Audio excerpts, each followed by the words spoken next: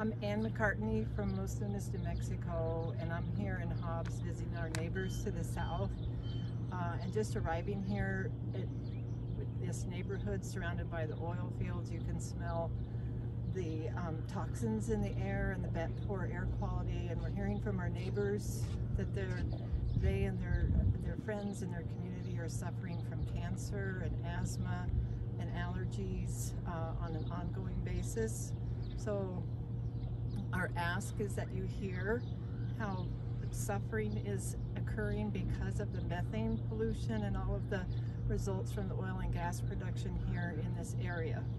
So it's very important that the EPA tighten the safeguards, including frequent leak detection, stopping the wasteful and polluting practice of routine flaring, which we're seeing right where I'm standing, and allow community monitoring data to be collected, or ask that it be, so that you have the facts about what's happening and we can address the poor health effects and the ongoing issues that this neighborhood and this community are suffering.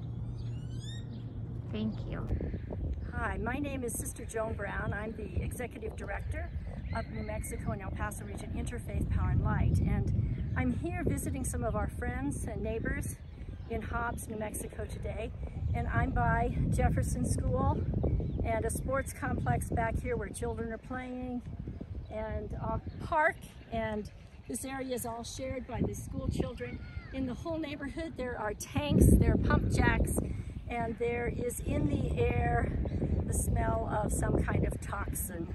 I don't know if it's methane, but we're here today because, you know, our faith says that we are to love our neighbors and care for our neighbors. And our neighbors are the earth. It's these children playing over here on this hot day. It's our climate that is changing more and more because of methane pollution. It's this Mother Earth. It's the people here who are dying of cancer. And it's our sister water who is being polluted, and we are here today also praying with our neighbors and blessing their struggles and blessing the earth. And we are also praying for leaders like in the EPA and in our states and at the federal levels to have stronger methane regulations, especially with the EPA. And we're also concerned about the wells that are here, that the companies are not acting as ethical, moral stewards. They are not counting all of the methane emissions. They aren't taking seriously the technical aspects that they have to address methane pollution. We're also concerned about those industries that are the smaller oil and gas producers that only produce 6% of the oil and gas, that are creating 50% of the pollution in this Permian Basin in southeast New Mexico and southwest Texas. So we really are praying and we are acting for the good of our communities, for the good of Holy Mother Earth, for the good of our Holy Sister Water, and for wisdom for our leaders. Thank you. My name is Ruth Striegel. I live in Albuquerque, New Mexico, but I am visiting here in Hobbs, New Mexico. I am part of Interfaith Power and Light, and we are touring this beautiful neighborhood. We are in the park next to an elementary school, and behind me is an oil and gas facility, which potentially could be spewing methane and related chemicals into the air and endangering the lives of the children who attend the elementary school just a few yards down that way.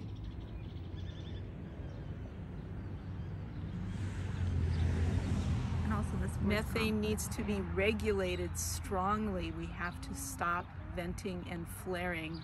We saw a flare just a block down that way. We saw a pump jack just that way, and we have met people whose relatives have died of thyroid cancers and other related diseases that are caused by these gases. We have to do better for our people. Thank you. Hello, my name is Stephen Pica. I'm from Albuquerque, New Mexico, and I'm with New Mexico Interfaith Power and Light. And we are here making a visit here to the Permian Basin to visit friends, as well as to observe what continues to be the reality for our neighbors here in the Permian Basin. And we are excited that there are continued developments with methane regulation, but what we've got to couple with that is the enforcement. And as you can see behind me, this is a very common visual reality for the people here of the flaring that's going on. And so we want to see the continued strengthening of regulation for the safety of the people and the family and the communities here, but also the enforcement of those regulations. Perfect. Thank you. I'm going to zoom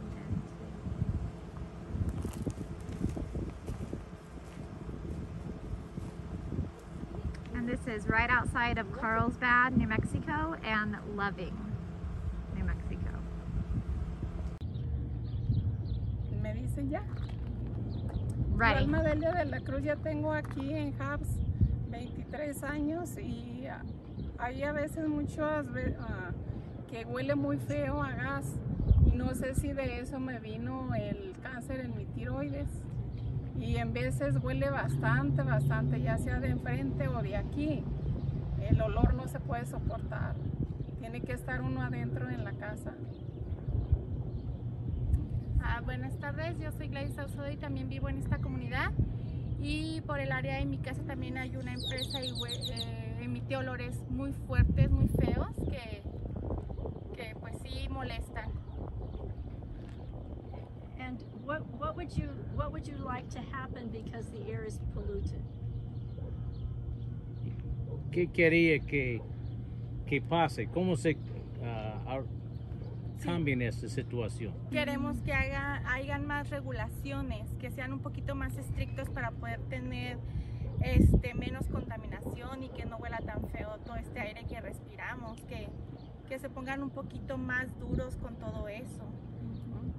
Que controlen el olor, porque a veces no puede sacar uno a los niños porque pues el olor es bastante fuerte y eso pues yo digo que peligroso para todos nuestros vecinos. Muchas gracias. Dios los bendiga. Thank you, guys. Turn to where you can see the houses.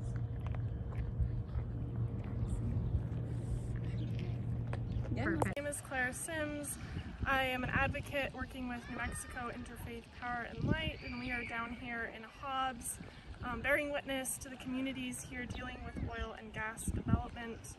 And I'm making this video to ask leaders to pay attention here to the suffering that is taking place, with the public health crisis as these oil and gas wells are very close in proximity to communities, to schools, and particularly I want to draw your attention to the fact that, like so many places in the country, it is our communities of color who are on the front line of these toxic sites who are suffering the most from the health effects.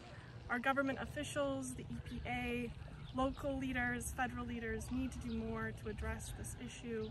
So we ask that you hear these stories. Children are scared to play outside here because of the health effects, scared to drink the water, and this is not the way anyone should live. Our children should not live in fear of being outside, of taking in the air, and we can all do better. Thank you.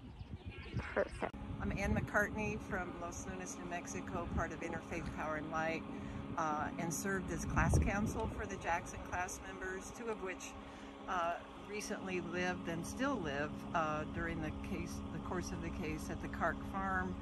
I hear that there's also nursing homes very close to this, and they are within the half-mile of these oil tanks and this flare stack behind me.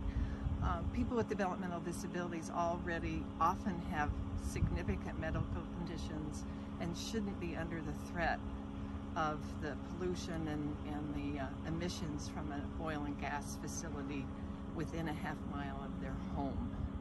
So we ask for stronger regulations to protect all people, and especially the vulnerable populations that are right here.